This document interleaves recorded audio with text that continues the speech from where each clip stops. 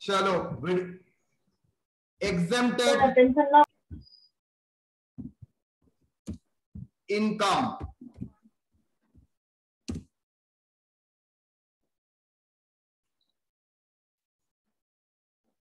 कुछ income partly exempted होता है, कुछ इनकम पार्टली टैक्सेबल होता है, और कुछ इनकम फुल्ली एग्जेम्प्टेड होता है। एग्जेम्प्टेड इनकम अंडर सेक्शन 10, यहां पर मैंने आपको दो लिस्ट दूंगा। फुल्ली एग्जेम्प्टेड इनकम, जहां पर ऑल इनकम टैक्सेबल नहीं है, एग्जेम्प्टेड है। फुल्ली एग्जेम्प्टेड, एग्जेम्प्टेड मतलब वो इनकम है ही नहीं, इनकम में ही नहीं आएगा तो माइनस करने का कोई सवाल ही नहीं है। फुल्ली एग्जेम्प्टेड इनकम क्या क्या पढ़ाएंगे सर? उसके अंडर में, इसमें पढ़ाने वाला कुछ नहीं है, मैं आपको लिस्ट बताऊंगा। Agricultural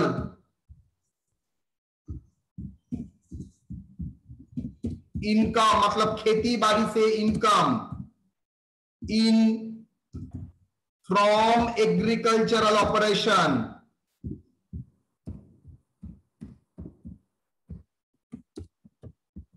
from agricultural operation, agricultural income from agricultural operation in India,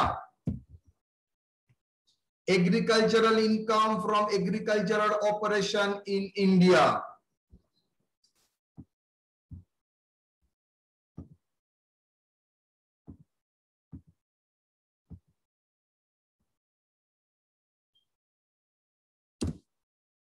under section 10 subsection 1, B, share of profit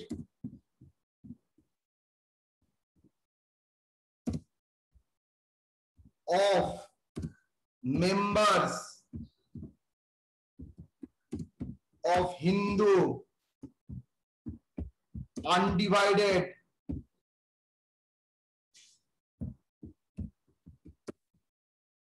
family. बताते हैं इसका reason. Under section 10 subsection 2, C, share of profit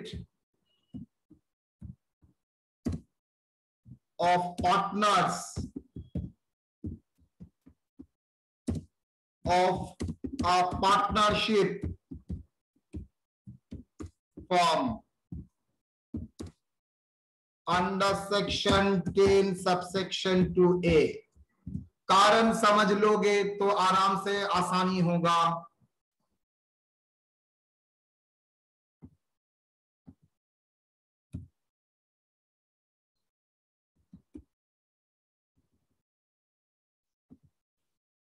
agriculture income क्यों एग्जेम्प्टेड है? First, agricultural income को tax करने का क्षमता it not given under income tax act. Why? Income tax act schedule 1 के पे यूनियन के ऊपर पावर था। याद करो, जब फर्स्ट डे में क्लास कराया था टैक्स, यूनियन 3 लिस्ट कराया था, एलोकेशन ऑफ पावर 246, याद आ रहा है? 246 शेड्यूल, वो जो एलोकेशन ऑफ पावर में 3 लिस्ट दिया था, schedule 1, schedule 2, schedule 3। Schedule 1 union list, schedule 2 state list, schedule 3 concurrent list.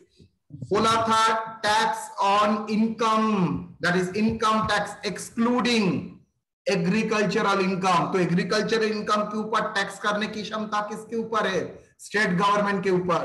तो स्टेट गवर्नमेंट इसके ऊपर टैक्स ले ही सकता है, लेकिन नॉर्मली कोई स्टेट गवर्नमेंट लेता नहीं है, लेकिन चाहे तो वो ले सकता है। लेकिन इनकम टैक्स के पास ये ऑथोरिटी नहीं हो सकता है, बिकॉज इनकम टैक्स के पास ये पावर ही नहीं था, वो can impose the tax on agricultural income. That's why agricultural income in India, उसका डेफिनेशन है, in India agriculture is never be taxable in India.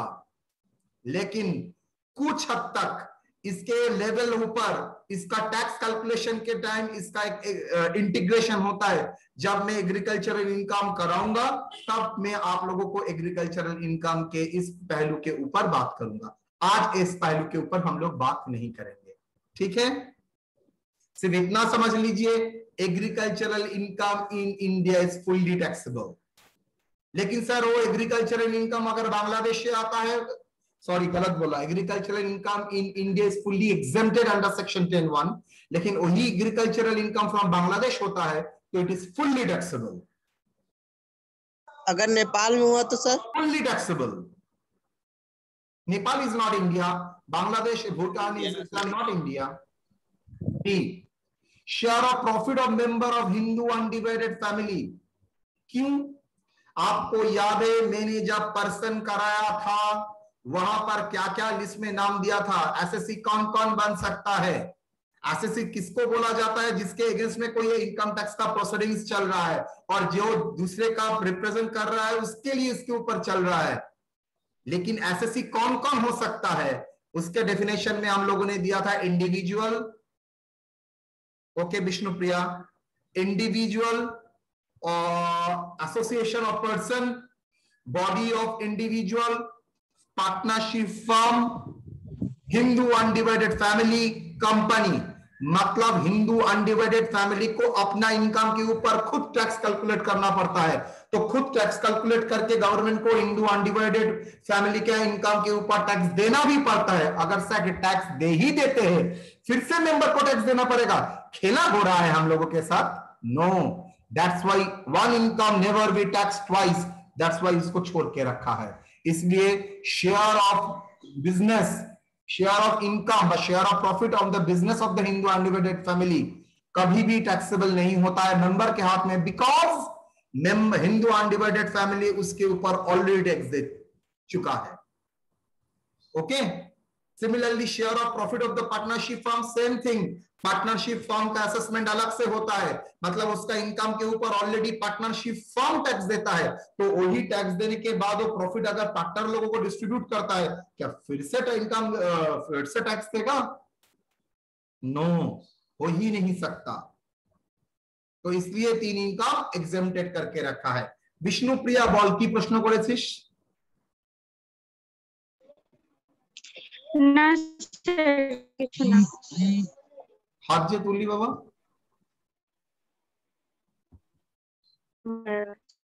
आज ठीक है। नेक्स्ट, इंटरेस्ट ऑन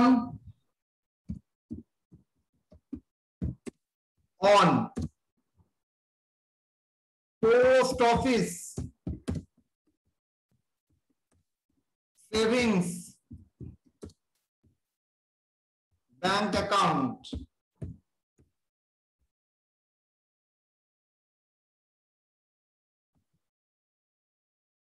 अच्छा, यहां पर लिखने का मतलब ठीक नहीं होगा ना, बिकॉज लिखूंगा, याद करा देना, बाद में लिखूंगा, 100% लिखूंगा।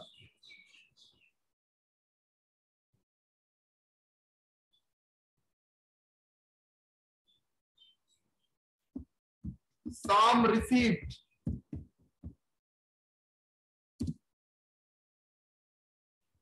on LIC, Life Insurance Corporation,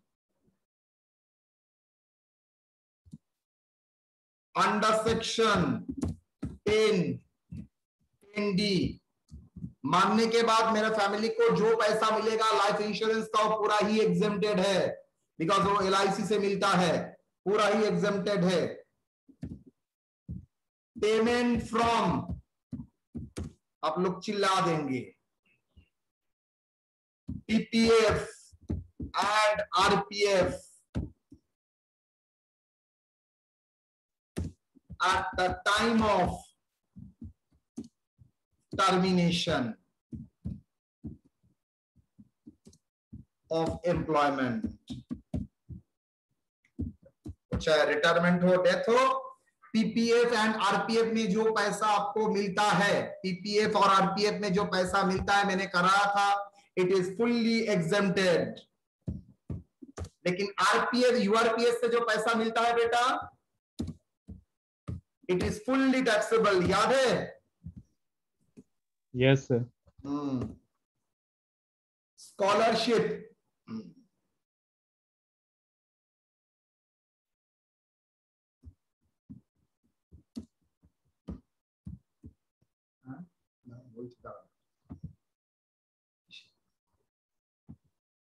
amount received from scholarship, amount received from scholarship, amount received from scholarship। आप लोगों को मैं एक सवाल करूं, जितना लड़की लोग यहाँ पर है, रादर लड़के लोग भी बहुत यहाँ पर है, कैन आई आस्क का सवाल? Yes sir. अच्छा बोलिए तो, जो माइनॉरिटी से आपको पैसा मिलता है, जो आपको कन्याश्री से पैसा मिलता है, वो क्या टैक्सेबल होगा और नहीं? नहीं होगा। No, they are exempted. Amount received from scholarship under section 10 subsection 16, कोई टैक्स नहीं देना पड़ता है।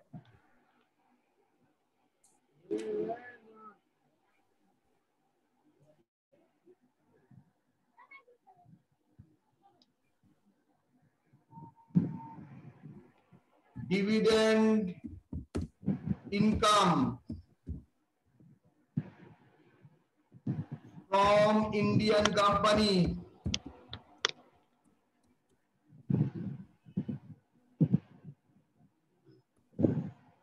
or under section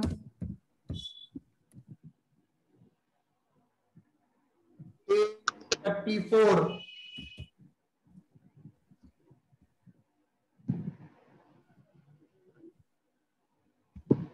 dividend from income from UTI, Unit Trust of India, income from units of UTI, Unit Trust of India,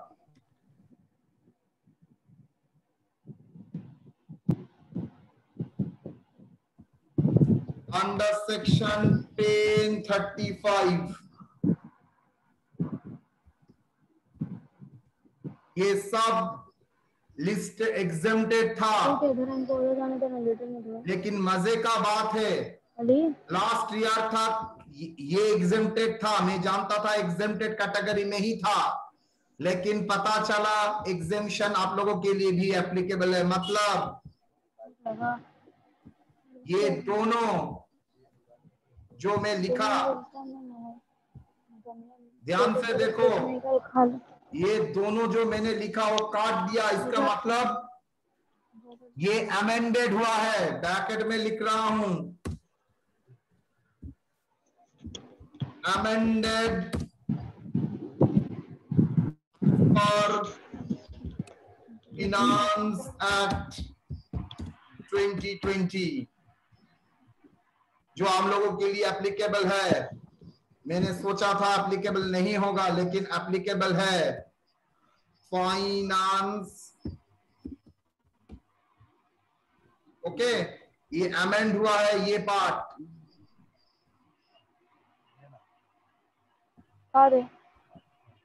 ये amendment है, मैंने rate भी कर दिया आप लोगों को। गरम हो रहा है, तेरे को नेट रखा हुआ तब तो 410 एमबी तक यूज किए। आप तो बंद करना ही पड़ेगा, फंस जाऊंगा। रिचार्ज कितना बजे खत्म होने का था तेरा?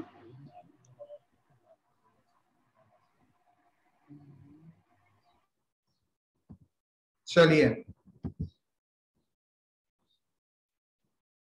तो they are the fully exempted income.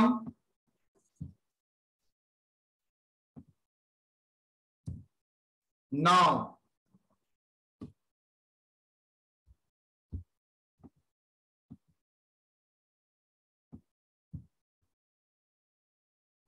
Chart wait करो।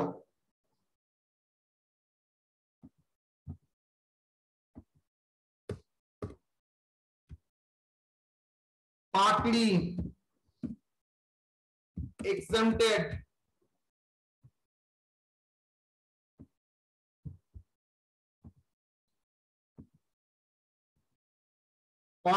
exempted income क्या क्या आएगा?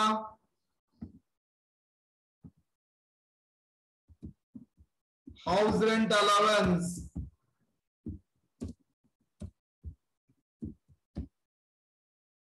House rent allowance under section 1030 ने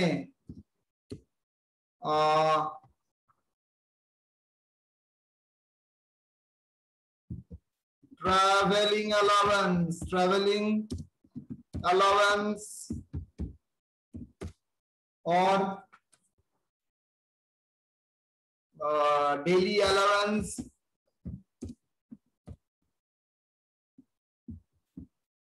uniform allowance,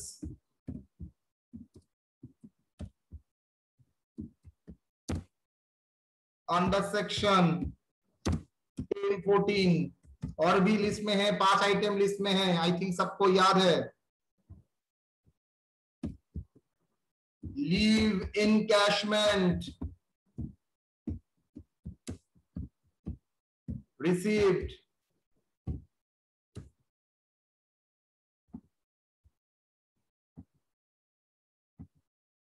children education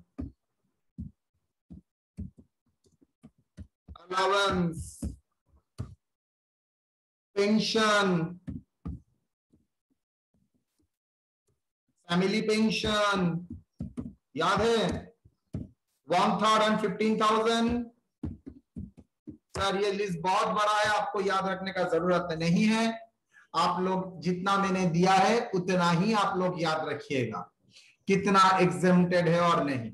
okay, मैं एक इलस्ट्रेशन कराता हूं, उसके बाद सब सवाल का जवाब दूंगा। From the following information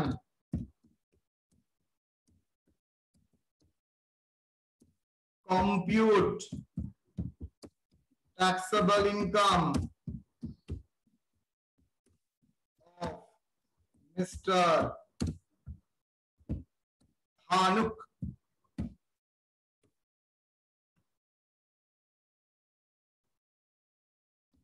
share of profit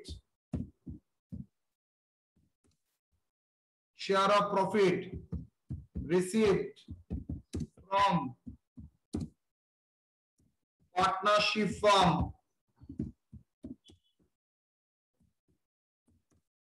₹20,000। दूसरा,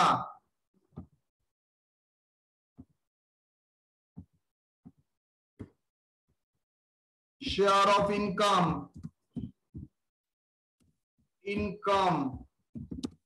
from HUF where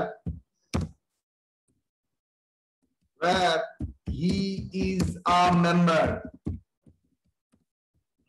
₹17,000।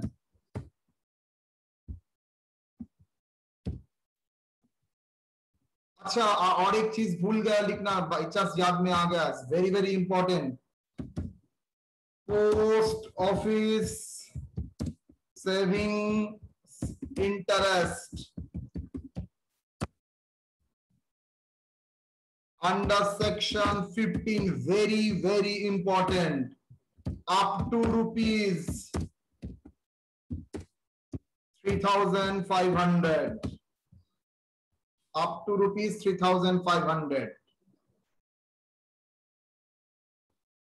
Okay, post office में, बैंक में नहीं, पोस्ट ऑफिस में अगर सेविंग्स रखते हो तो उसके जो इंटरेस्ट मिलता है वो 3,500 तक एग्जेम्प्टेड है। लेकिन सर अगर फिक्स डिपॉजिट करते हैं पोस्ट ऑफिस में, फुल्ली टैक्सेबल है। Okay. Agricultural income received from Nepal, rupees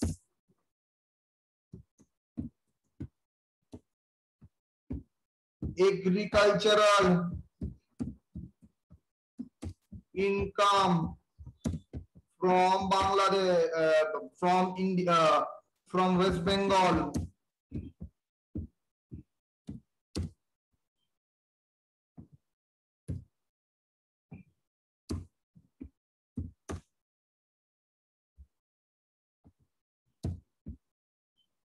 rupees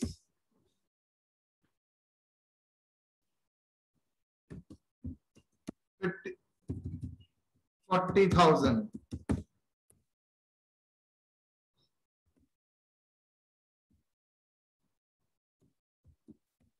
Scholarship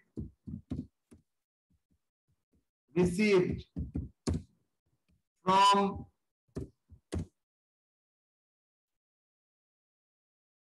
government of West Bengal for pursuing PhD, rupees 36,000.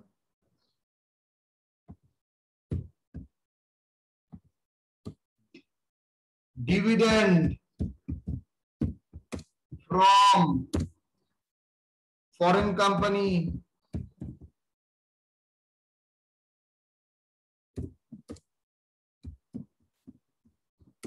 rupees 3,000. Dividend from Indian company,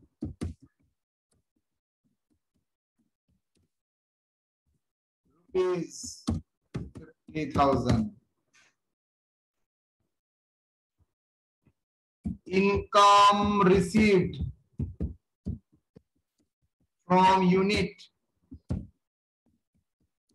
of UTI,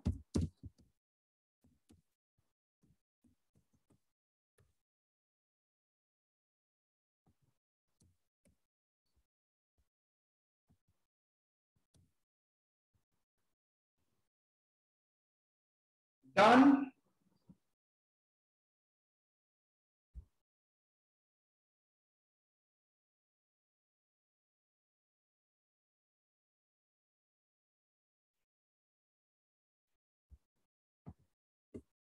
Sum received from LIC after death of his father, rupees 2 lakh.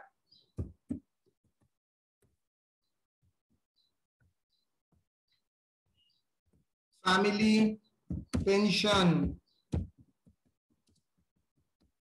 received, rupees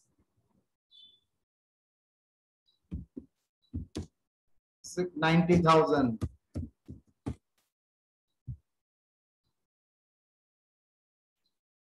बोलो solution क्या? Solution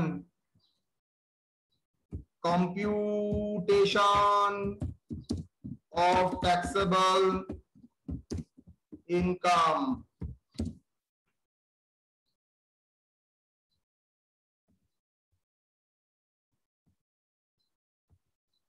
of Mr. Dhanuk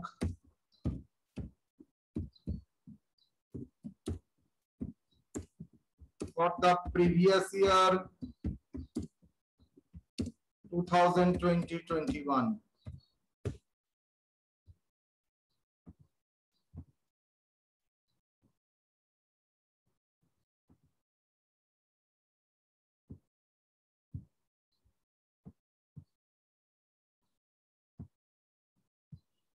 चलिए करते हैं।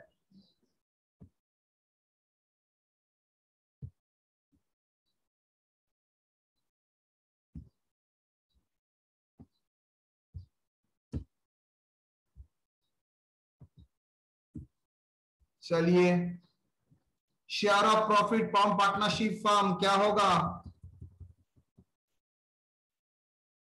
नील। Y? Sir वो exempted है, exempted under section 10(2)(a). सिर्फ exempted लिखने से ही होगा।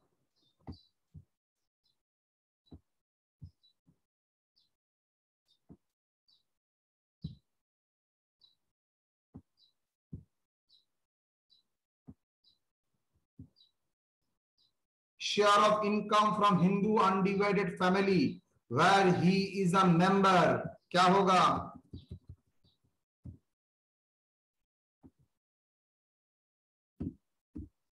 फुल्ली एग्जेम्प्टेड था। ये भी क्या होगा? Fully exempted under section 10(2). Yes और no? Nil. Agricultural income receive from Bangladesh पूरा ही टैक्सेबल हो जाएगा। Agricultural receive in West Bengal fully exempted under section 10(1).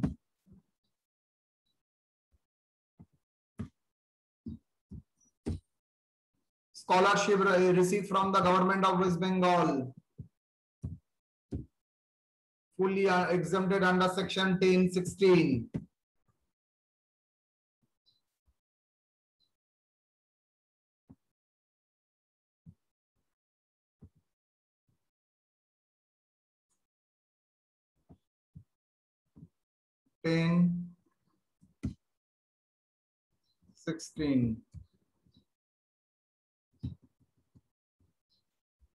चलो कुछ ऑप्शन नहीं है।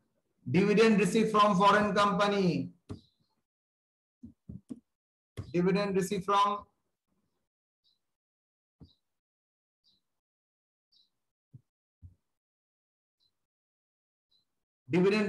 फॉरेन कंपनी क्या होगा? Fully taxable. Dividend receive from Indian company, that's the first time you are hearing that. मैंने उसके पहले जो आईएफएस में नहीं बोला था, एग्जेम्प्टेड किया था 10 लाख, ये फिर से विथड्रॉ हो गया।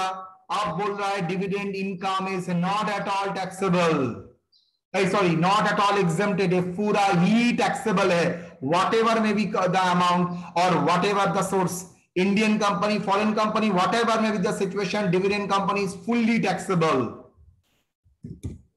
सर मतलब मैंने जो एक्सपेंसेस कराया था, जो बोला था सर अगर इनकम एग्जेम्प्टेड है तो एक्सपेंसेस भी अलाउ नहीं होगा, यहां पर एक्सपेंसेस अलाउ होगा, लेकिन यहां पर कुछ नोट हमको लिखने के बाद ही हम लोग कर सकेंगे। Income receive from UTI, unit trust of income, ये भी पहले एग्जेम्प्टेड था, ये भी टैक्सेबल हो गया, मतलब fully taxable, that is fully taxable.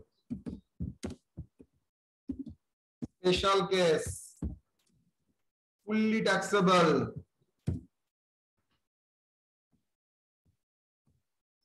Dividend from foreign company तो पहले भी था,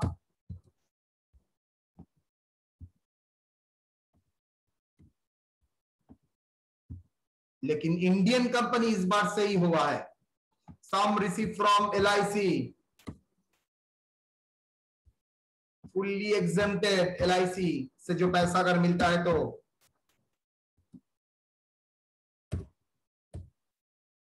टेन डी,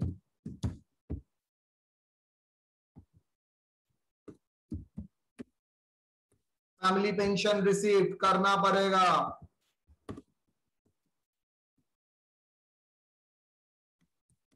$90,000।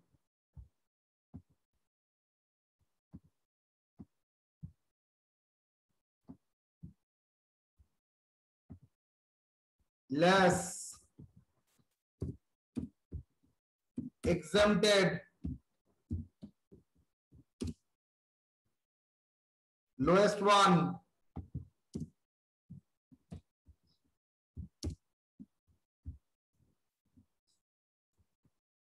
देखा है जाऊंगा। पंकज चार दोनों ही क्वेश्चन किया है। एग्जेम्प्टेड क्या है? 1/3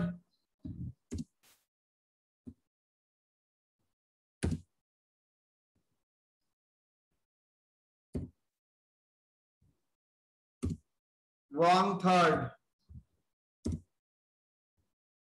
of pension received, कितना? That is equal to 1/3 into 90,000, that is equal to 30,000। और B क्या है? स्टैट्यूटरी लिमिट is 15,000,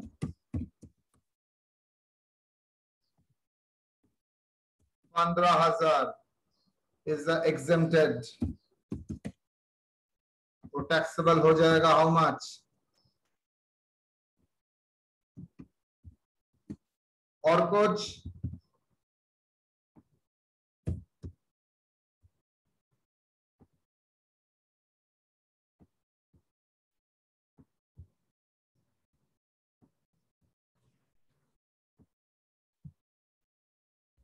कितना होगा? 80,000 plus 3,000 plus 50,000 plus 6,000 plus 75,000, 2,14,000। Okay, तो ये था फुल्ली एग्जेम्प्टेड के ऊपर एक क्वेश्चन और उसका सॉल्यूशन। यहाँ पर दो टाइप का क्वेश्चन आता है, मेंशन 5 फुल्ली एग्जेम्प्टेड इनकम, और एक छोटा सा सवाल जैसे मैंने दिया है वैसे देगा। Now notes on amended dividend income from Indian company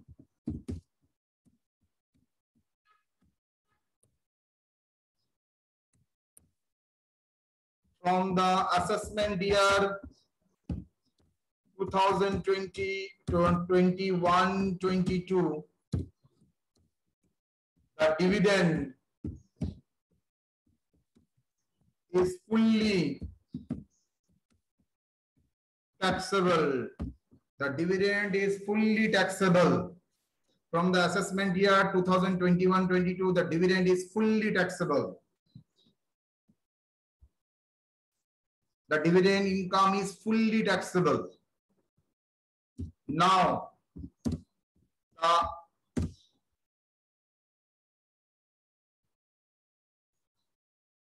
allowable expenses, because income है तो उसका कोई expenses, तो अगर exempted था तो expenses भी out consider नहीं करेंगे, लेकिन income अगर taxable हो जाएगा तो उसका expenses को भी तो minus करना पड़ेगा। Now allowable expenses, lowest one, A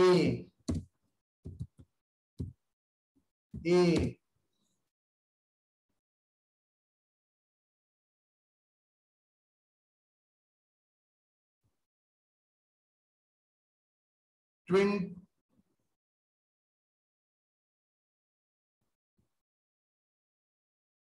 interest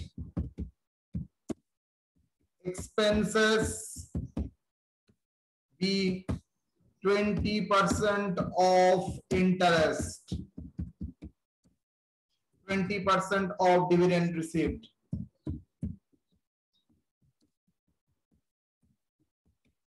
I repeat, income अगर टैक्सेबल है तो एक्सपेंसेस माइनस होगा, लेकिन यहां पर सब एक्सपेंसेस नहीं, कलेक्शन एक्सपेंसेस अलाउ नहीं है, सिर्फ बोला इंटरेस्ट एक्सपेंसेस, एंड इसका एक रेस्ट्रिक्शन दे दिया है 20% ऑफ द डिविडेंड रिसीव्ड, इससे बाहर वो नहीं हो सकता, it is the maximum cap उसने दे दिया है, that is 20% of the dividend received. interest expenses and B 20% of the dividend received. That is the maximum cap उसने allow करके रखा है. Okay, so that is the amendment part.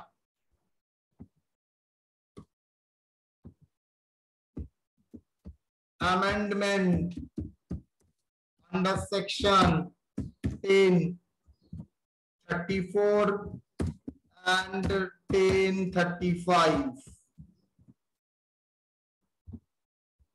Very very important. Okay, तो हम लोगों ने जो जो करा था वहां पर मैं कुछ मुझे करेक्शन करना पड़ेगा, उसके बाद ही मैं कर सकूंगा. ठीक है, तो चलो यहां तक कोई सवाल है तो बोलिए, मैं अलाउ करता हूं. पंकज एंड चांद, ये लोगों ने पहले सवाल किया था तो ये लोग पहले सवाल करेगा. बोलो पंकज एंड चांद. सर क्लियर हो गया सर. ओके, चांद चांद सर इनकम फ्रॉम यूटीआई क्या है जरा बताइए.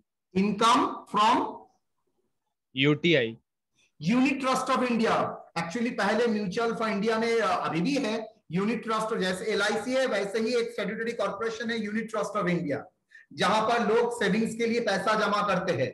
एलआईसी की तरह नहीं, और दूसरा तरीके का, मतलब तब इतना पॉपुलर नहीं था म्यूचुअल फंड, तो लोग पैसा करते हैं यूनिट में, थोड़ा थोड़ा पैसा जमा रखते थे, वो यूनिट का पैसा शेयर मार्केट में इन्वेस्ट होता था, निवेश होता था, वहां से रिटर्न आता था, वही यूनिट का इनकम बोल के दिया जाता था. That is unit trust of India. वो एक इन्वेस्टमेंट स्कीम है unit trust of India, government of India का, जैसे एलआईसी है वैसे ही. सर बोलो सर ये जो अभी dividend pay sir expense allow हो रहा है, तो इंटरेस्ट सर कौन सा इंटरेस्ट सर जो हम बोरो करके. Interest expenses for borrowing. और सर सोच लीजिए कि अगर कोई अपना खुद का फंड से इन्वेस्ट किया है तब भी वो 20% ले लेगा sir. Then interest from 20% borrowing जो हो जाएगा, लोएस्ट 0 और 20% में 0 ही. सर सबको पूछ रहा हूं, ये पॉइंट क्लियर और नॉट? स्नेहा, ऋतुपर्णा, जरा अच्छो बाबा, इज इट क्लियर और नॉट? এই জায়গাটায় change. Yes sir.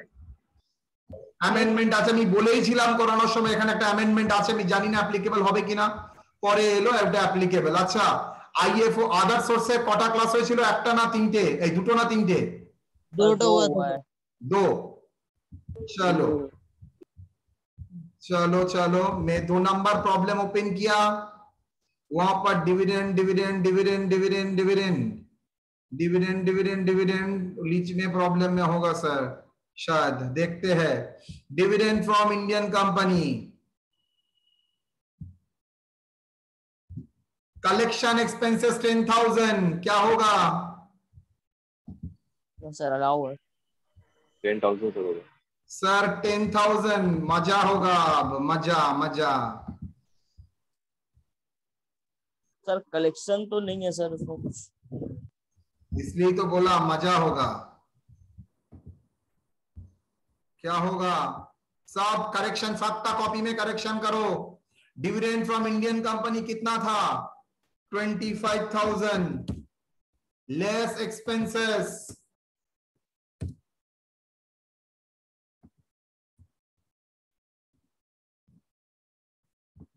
less expenses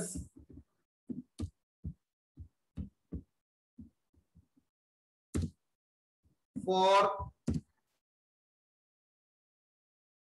interest on borrowed capital.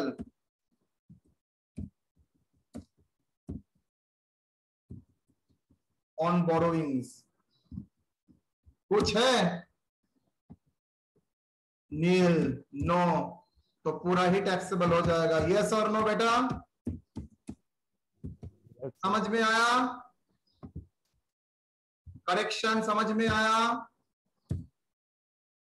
तो सर यहां पर चेंज हो जाएगा, 33 हो जाएगा. क्लियर? और यहां पर कोई चेंज? नो। अच्छा, दूसरा sir, question sheet number class number 1 में जाते हैं। क्या बोला है? Dividend income, dividend income is taxable.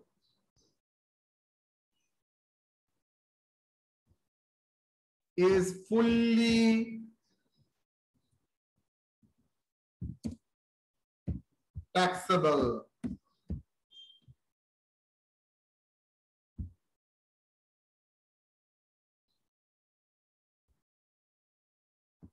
Dividend from foreign company also taxable. ठीक है? Is fully taxable.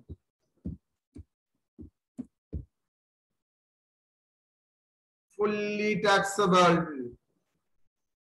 Late exemption, और कोई एग्जामिशन ही नहीं है, नील।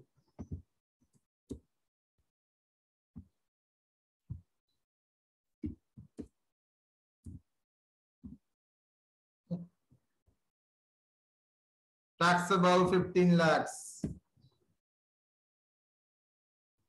Okay, 24,000 done.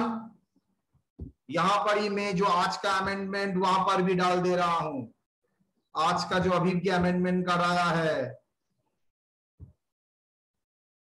That is very very important. I think clear सबका?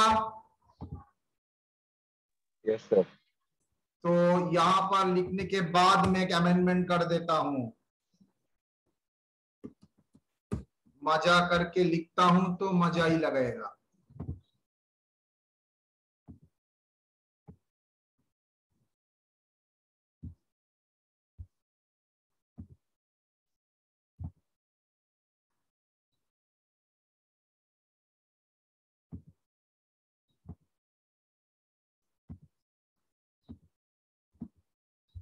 Add text.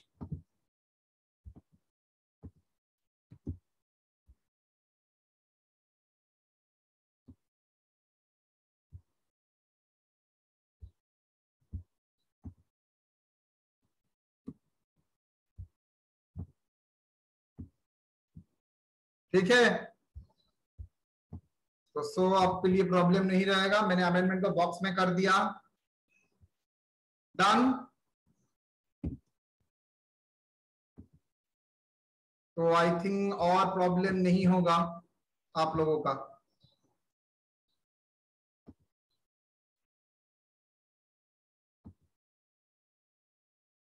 एग्री बेटा?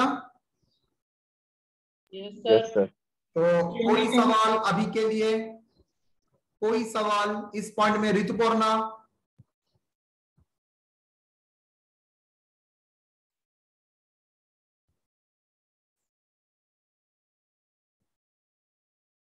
Any question? Naureen? Vishnupriya? Hena Firdous? Sir आप ना एक बार क्लास 1 2 फिर से सेंड कर दिएगा ना सर? ऑब्वियसली आज ही चेंज हो जाएगा। Yes sir. आप लोग खाता में भी चेंज करेंगे, ठीक है? Yes sir. Yes sir. एकदम। चलो जी, so I think there is no question. कल में और एक न्यू चैप्टर, आज एक ही चैप्टर था, एग्जेम्प्टेड इनकम का चैप्टर। एक ही सवाल था, एग्जेम्प्टेड इनकम, तो मैं इसको एग्जेम्प्टेड इनकम में डाल रहा हूं। Income category class 1 17/5/2021।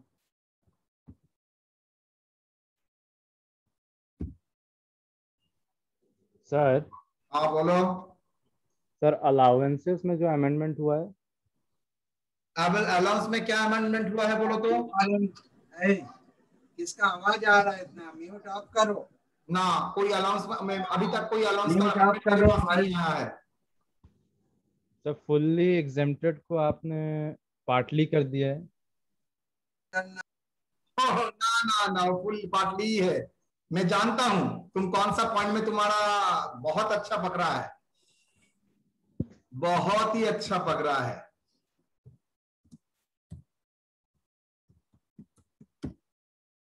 Very good question, काबिले तारीफ है। शेख चाँद का सवाल है, सर आपने तो यहां पर भी अमेंडमेंट किया है सर, ये तो फुल एग्जेम्प्टेड वाला था। बेटा ये फुल एग्जेम्प्टेड था ऑन द अजम्पशन जितना अमाउंट ऑफिशियली एक्सपेंड हुआ है। कुछ नहीं बोलता है तो ऑफिशियल, मैं आप अगर बोलता हूं यूनिफॉर्म अलाउंस दिया है 20,000 रुपए और आपने खर्चा किया है 15,000 रुपया, क्या 20,000 रुपया एग्जेम्प्टेड होगा ना 15,000 रुपया? यूनिफॉर्म के लिए 20,000 रुपया दिया है और आपने खर्चा किया है 15,000, तो नॉर्मली अभी तक आप लोग क्या करते थे? 5,000 रुपया टैक्स करते थे, यस और नो? नो सर, जितना कंज्यूम करते थे उतना। पहले क्या वो पार्टली टैक्सेबल हुआ ना फुल्ली टैक्सेबल हुआ? सर पार्टली हुआ, पार्टली, वो कंजम्पशन के ऊपर है सर। क्लियर? अगर फुल कंज्यूम करेंगे तो सर फुल्ली एग्जाम, ये फुल्ली टैक्सेबल से तो डिपेंड, मतलब है बेसिकली उसी सेक्शन में। एक्चुअली ये मेरा सुविधा के लिए मैंने किया है कि तुम इनकम टैक्स में झांकोगे तो ऐसा भाग पहनकर नहीं है, मैं मेरे क्लास के सुविधा के लिए, स्टूडेंट की सुविधा के लिए ऐसा करता हूं, सो दैट स्टूडेंट को याद करने में आसानी रहे। देखो आप बुक में देखोगे तो 20-25 पेजेस है, कम बोला, जितना सिलेबस तुम लोगों को लगेगा उतना देके मैंने बंद कर दिया, ठीक है? Yes sir. चलिए बेटा,